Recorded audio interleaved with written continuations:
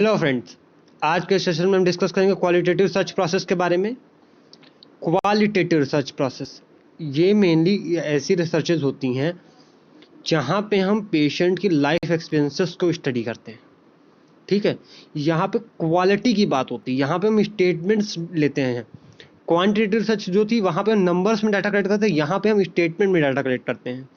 ठीक है, लोगों के एक्सपीरियंसेस कलेक्ट करते हैं। ठीक है, हम आगे स्टार्ट करते हैं। Introduction. Qualitative research is a systematic and subjective approach to describe events or life experiences and to give them intended meanings. Qualitative research का मतलब होता है एक सिस्टमैटिक प्रोसेस जिसमें हम इंडिविजुअल के लाइफ एक्सपीरियंसेस को कलेक्ट करते हैं, उनको डिस्क्राइब करते हैं, उनको एक मीनिंग देते हैं।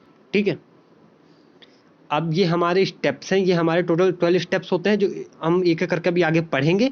पहले हम एक साथ सारे स्टेप्स को देख लेते हैं। सबसे पहला identifying research problem area, second formulating broad study objectives, third review of literature, fourth entry in research setting, fifth selecting a research approach and design, sixth selecting a small sample, seventh establishing ethical consideration, eighth planning tools for data collection, ninth collecting data, 10th organizing data for analysis, 11th analysis and interpretation of data, 12th disseminating the research findings. हम एक एक करके इन 12 steps को discuss करेंगे। हम start करते हैं। सबसे पहला आइडेंटिफाइंग रिसर्च प्रॉब्लम एरिया।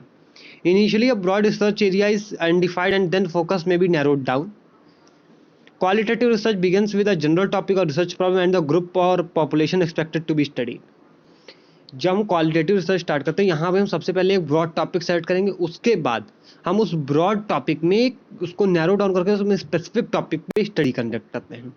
और क्वालिटेटिव रिसर्च में हम सबसे पहले ही जनरली एक रिसर्च टॉपिक और पॉपुलेशन पहले ही डिस्क्राइब कर लेते हैं। ठीक है, सेकंड हमारा आएगा formulating study objectives. Objectives serve as the guideline to conduct a research study. However in qualitative research only broad objectives are planned which would later be modified based on the need of research.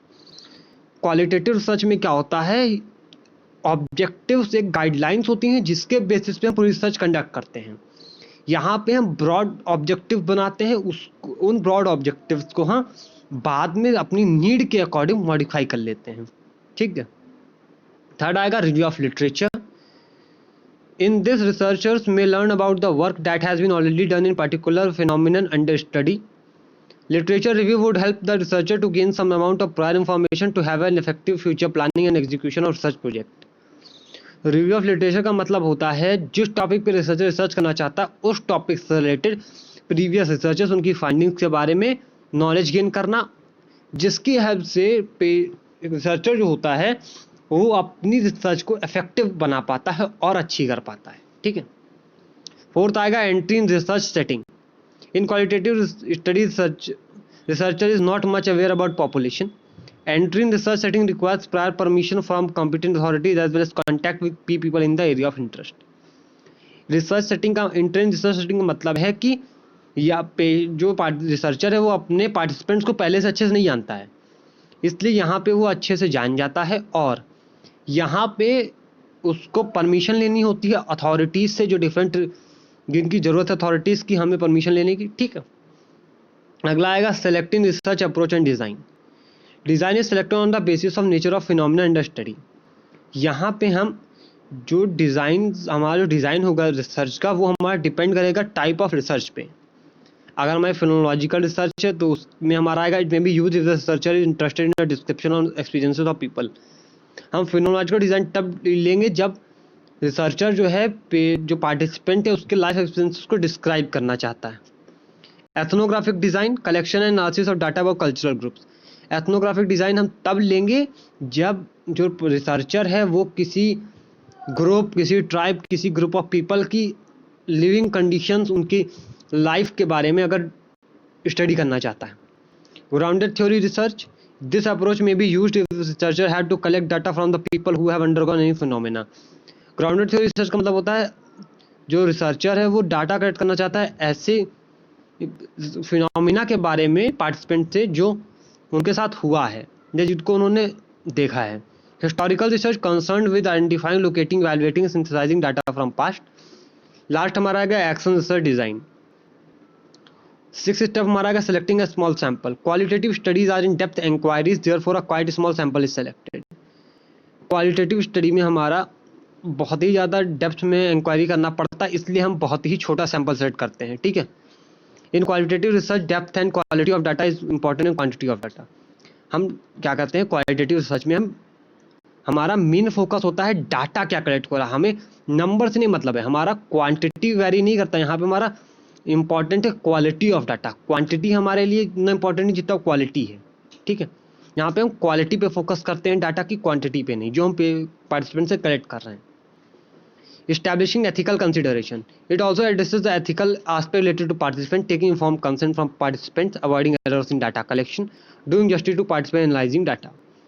Ethical consideration मतलब जो भी हम research study करते हैं अपनी nursing field में, वहाँ पे हमारे जो पार्टिसिपेंट होते हैं ह्यूमन बींग होते हैं, तो हमें उनकी एथिकल, उनके राइट्स की रिस्पेक्ट करनी है, उनको डिस्ट्रॉय नहीं करना है, हमें उनसे इन्फॉर्म कंसेंट लेना है, दूसरी अथॉरिटी से इन्फॉर्म कंसेंट लेना है, हमें कोई भी बायसनेस नहीं करनी है, ठीक है।